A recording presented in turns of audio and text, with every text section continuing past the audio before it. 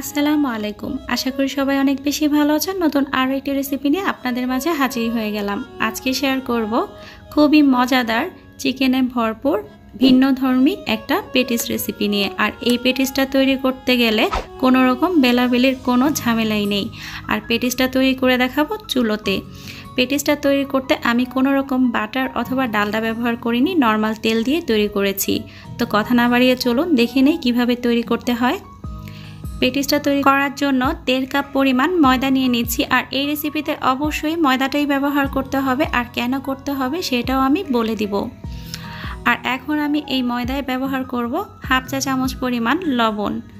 আর এখানে অ্যাড করব 2 টেবিল চামচ পরিমাণ রান্নার তেল, তবে আপনারা চাইলে এখানে গলানো বাটারও ব্যবহার করতে পারেন। আর এখানে অ্যাড করব 1 চা চামচ পরিমাণ চিনি। আর চিনিটা দিয়ে আমি একটু সবগুলো উপকরণ হাত দিয়ে ভালোভাবে মিশিয়ে নিব। আর মিশিয়ে নেওয়া হয়ে গেলে নর্মাল টেম্পারেচারের পানি দিয়ে একটা ডো তৈরি করে নিব। তবে এখানে কুসুম গরম পানি অথবা ফ্রিজের ঠান্ডা পানি ব্যবহার করার কোনো প্রয়োজন নেই। ট্যাপ থেকে পানিটা সরাসরি নিয়েই ব্যবহার করা যাবে। আর এই ডোটা একটু শক্ত প্রকৃতির হতে হবে, তাই পানিটা একটু একটু করে বুঝে অ্যাড করতে হবে। 1.5 কাপ ময়দার জন্য 1/2 কাপ পানি আর আরও 1 টেবিল চামচ পরিমাণ পানি এখানে প্রয়োজন হয়েছে। তো খুব ভালোভাবে 4-5 মিনিটের মতো সময় নিয়ে ডোটাকে মথে নিতে হবে। যতটা পারফেক্টভাবে মথে নেওয়া যাবে ডোটা ততটাই পারফেক্ট হবে।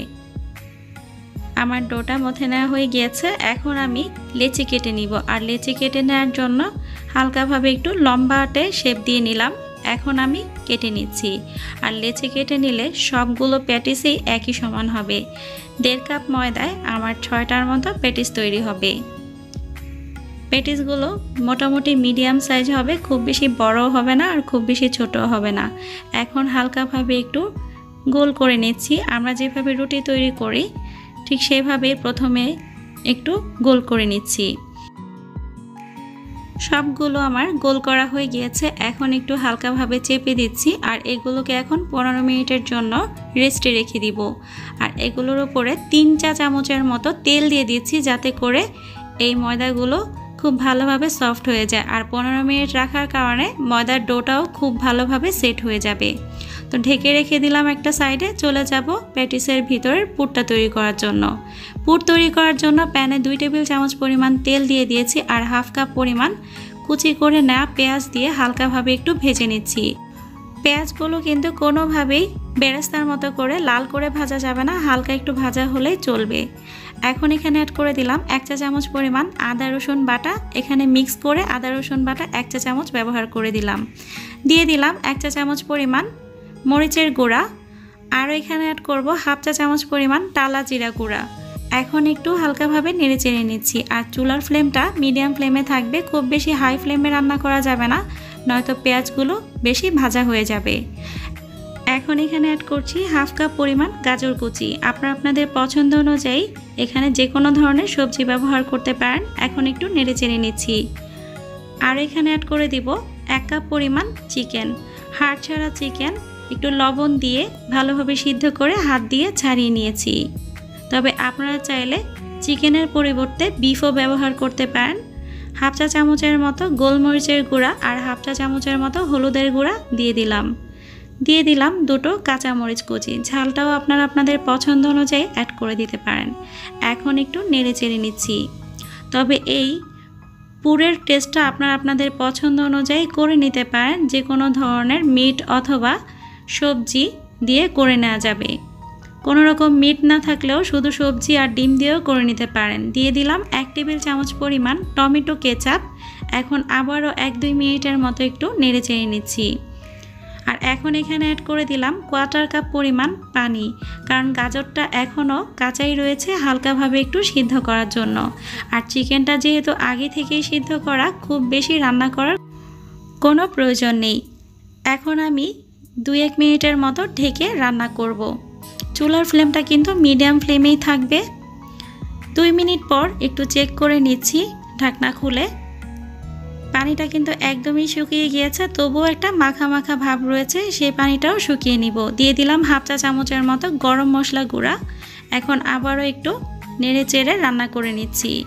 গাজরটাও খুব ভালোভাবে সিদ্ধ হয়ে গিয়েছে আর সবগুলো উপকরণ খুব ভালোভাবে একসাথে মিশে গিয়েছে। এখন আমি নামিয়ে নিব আর ঠান্ডা করে নিব। এখন আমি চলে যাব প্যাটিসের উপরের যে লেয়ারগুলো সেগুলো তৈরি করার জন্য। এখান থেকে একটা নিয়ে আমি হাত দিয়ে প্রেস করে করে এটাকে বড় একটা রুটির শেপে তৈরি করে নিব। আর আমি যেহেতু বলেছি আমি বেলাবেলির ঝামেলা ছাড়া প্যাটিস তৈরি করে দেখাবো, তো প্যাটিসগুলো তৈরি করার সময় আমি কোনো রকম বেলুন ব্যবহার করছি না। হাত দিয়ে এভাবে করে প্রেস করে করে বড় একটা রুটি তৈরি করে ফেলেছি। চেষ্টা করবেন একটু স্কোয়ার শেপ করে রুটিটা তৈরি করার জন্য। অনেক বেশি পাতলা হয়েছে, দেখেই বুঝতে পেরেছেন। অনেক সময় পর্যন্ত তেলে ভিজিয়ে রাখার কারণে অনেকটাই সফট হয়ে গিয়েছে, আর ময়দা দিয়ে এই ডোটা তৈরি করার কারণে অনেকটাই স্টিকি হয়েছে, যেটা আটা দিয়ে তৈরি করলে কখনোই পসিবল হতো না।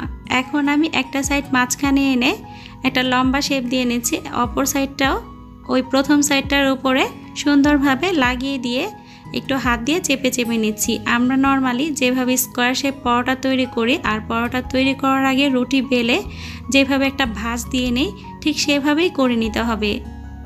আর দেখেই বুঝতে পেরেছেন কিভাবে করছি। এভাবে করে সবগুলো তৈরি করে নিয়েছি। আর এটা করার একটাই কারণ যেন পেটিসগুলো একটু লেয়ারই হয়। পেটিসের মধ্যে কিন্তু একটু লেয়ার লেয়ার থাকে, আর এইভাবে করলে লেয়ারগুলো বোঝা যাবে।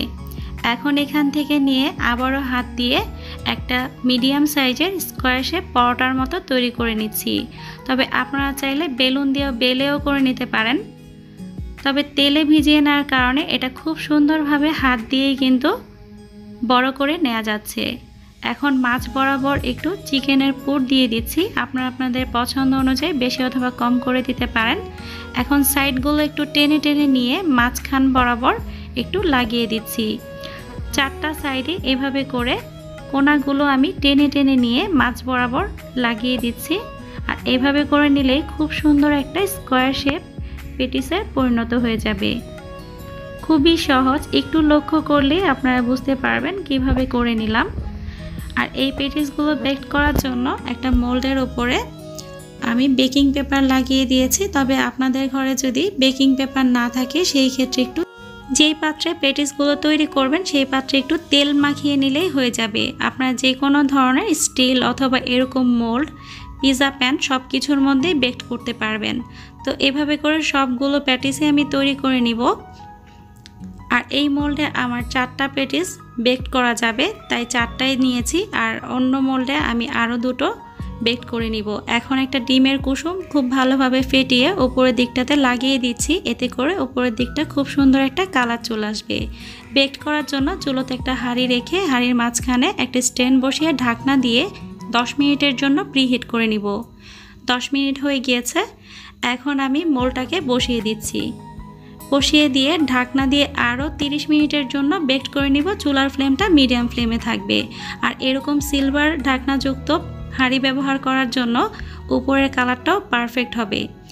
তো 35 মিনিট পর আমি একটু চেক করে দেখলাম যে আমার পেটিসগুলো হয়ে গিয়েছে, আর উপরের দিকটাও খুব সুন্দর একটা লালচে কালার এসেছে। আপনারাও চেষ্টা করবেন এরকম সিলভারের ঢাকনাযুক্ত হাঁড়ি ব্যবহার করার জন্য, তাতে করে উপরের দিকটাতেও খুব ভালোভাবে তাপ পাবে আর এরকম কালার আসবে। তবে আপনারা চাইলে ওভেনে তৈরি করতে পারেন। ওভেনে তৈরি করলে আরও বেশি পারফেক্ট একটা কালার আসবে। একটা ভেঙে দেখালাম কতটা পারফেক্ট হয়েছে। লেয়ারগুলো কিন্তু বোঝা যাচ্ছে, আর উপরের দিকটা অনেকটাই ক্রিস্পি হয়েছে, ভিতরে অনেকটাই সফট হয়েছে। তো আমার রেসিপিটি ফলো করে একবার হলেও বাড়িতে তৈরি করে দেখবেন, আশা করি ভালো লাগবে। আর আমাকে কমেন্ট করে জানাতে ভুলবেন না রেসিপিটি কেমন লাগলো। আমি কিন্তু আপনাদের কমেন্টের আশায় থাকি। আর চ্যানেলটিকে সাবস্ক্রাইব করে আমাকে সাপোর্ট করার অনুরোধ রইল। ভালো থাকবেন সবাই। কথা হবে নতুন কোনো রেসিপি নিয়ে। ভিডিওটি দেখার জন্য সবাইকে অনেক বেশি ধন্যবাদ। আল্লাহ হাফেজ।